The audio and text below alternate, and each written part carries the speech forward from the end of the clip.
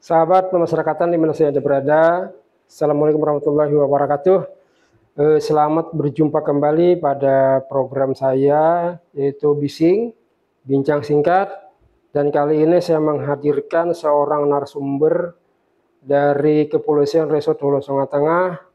Dan pada hari ini juga beliau sedang mengadakan penyuluhan hukum bagi warga kami, warga binaan pemasyarakatan yang ada di Rutan Barabai.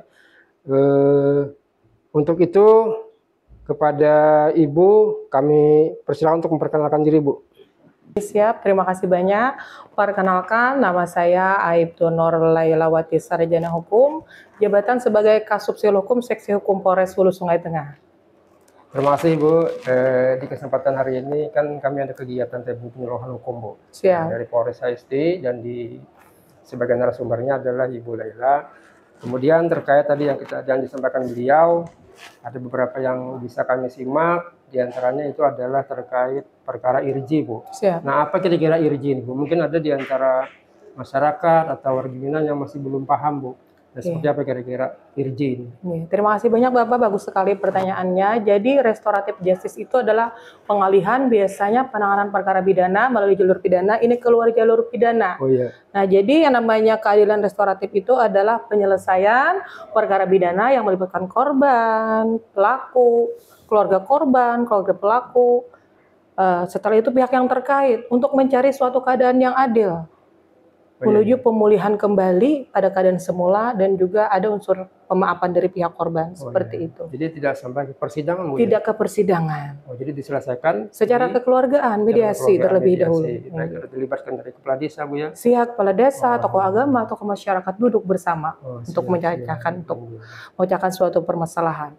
Kemudian, Bu, terkait IRJ ini kira-kira perkara apa, Bu, yang bisa dilakukan IRJ ini, Bu? Nah, jadi untuk perkara IRJ ini, Pak, yang jelas untuk persyaratannya itu kan yang pertama ancaman hukuman di bawah daripada 5 tahun.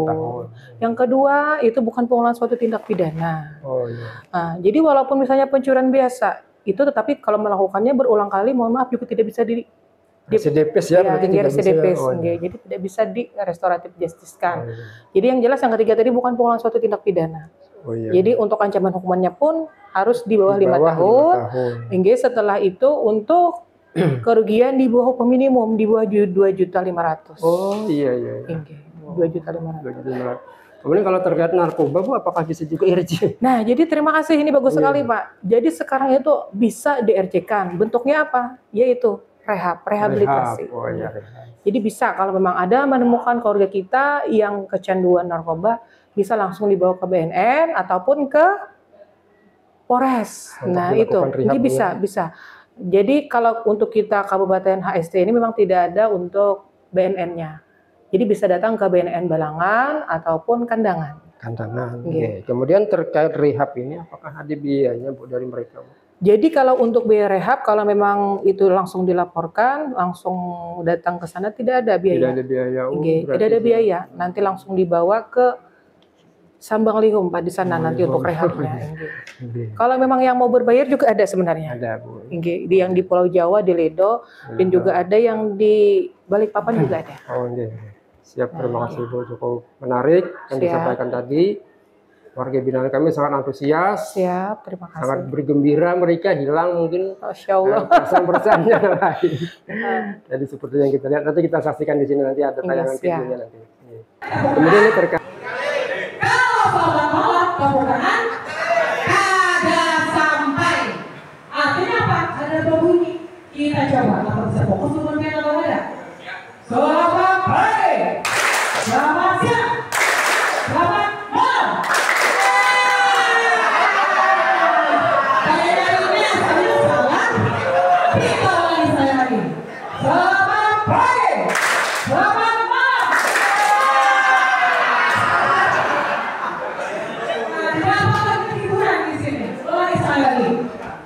Kemudian ini terkait pembulian, Bu, di kalangan pelajar itu kan sering terjadi pembulian berakhir dengan musibah dan lain-lain, kan. Kira-kira menurut Ibu sebagai penyuluh hukum di Polres HSD ini terkait pembulian kalangan pelajar nih, Bu. Siap. Seperti apa kira-kira? Jadi terima kasih banyak kembali kita malah berbicara masalah anak kembali ke Undang-Undang SPPA, Sistem Peradilan Pidana Anak yang diatur pada Undang-Undang Nomor 11 Tahun 2012. Jadi mohon maaf kalau untuk anak yang di usia 12 tahun itu tidak bisa kita proses pidana. Menurut undang-undang akan diserahkan kepada orang tuanya untuk dibina. Kalau memang orang tuanya tidak mampu untuk membina, maka bisa diserahkan kepada pemerintah, bisa ke dinas sosial seperti itu. Tetapi kalau anak sudah mencapai umur 12 sampai dengan 18 tahun itu bisa diproses pidana. Tetapi kalau umur anak 12 sampai 14 hanya bisa di BAP, Pak. Di BAP, namun berkas perkara itu tetap lanjut sampai ke pengadilan. Nanti kalau memang pengadilan dinyatakan misalnya 6 bulan perkara 6 bulan putusan pidana penjara, maka baru masuk si anak. Jadi kalau untuk proses penyidikan di tingkat kepolisian orangnya tidak bisa dilakukan penahanan. Hanya bisa BAP seperti itu.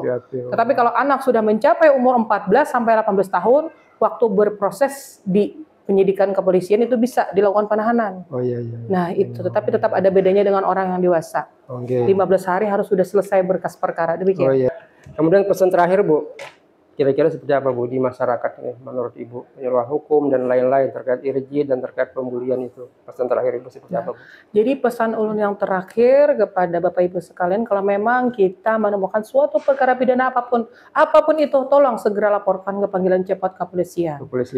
Ke nomor 110, itu panggilannya gratis, tidak dipungut biaya.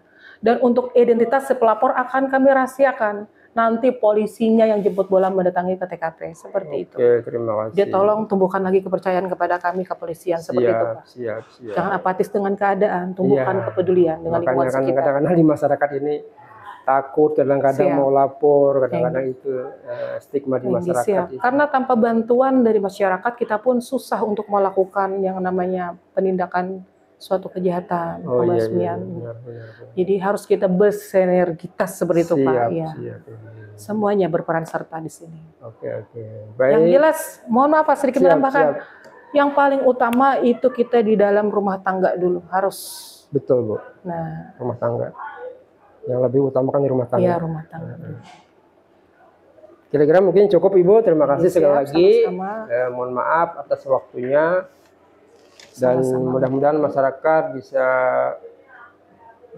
menyimak dengan baik, dan kalau misalnya ada yang kurang jelas atau kurang paham bisa langsung kita konsultasikan baik ke kepolisian ataupun kepada kami, bisa kami menjembatani. Nah, nanti insya Allah, Bu, kita ketemu lagi, Bu. Terima kasih banyak, semoga bermanfaat. Sudah bisa hadir di sini. Mohon maaf, Ibu, jika seandainya ada perbincangan kami ini, dalam bincang singkat kami ini ada kesalahan dan ketidaknyamanan atau kekeliruan kata-kata, sekali lagi kami mohon maaf. Saya akhiri. Wassalamualaikum warahmatullahi wabarakatuh.